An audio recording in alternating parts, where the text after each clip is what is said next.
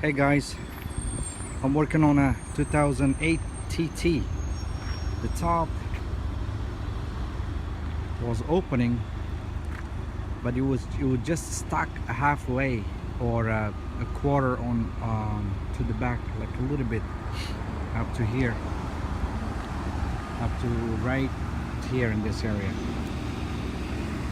And what I did was, there was too much pressure on the pump, so to release that pressure from the pump, what you need to do is, as you see, I removed all these panels, and in the back cover right here you got some tools if it's not missing.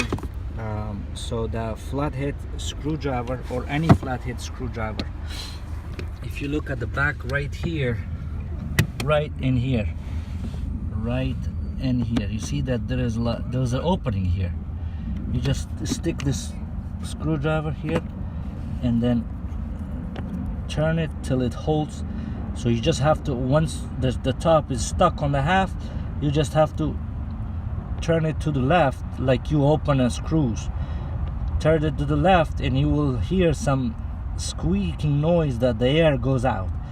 Once it's out, the top should automatically goes down all the way, and then you tie it back all the way.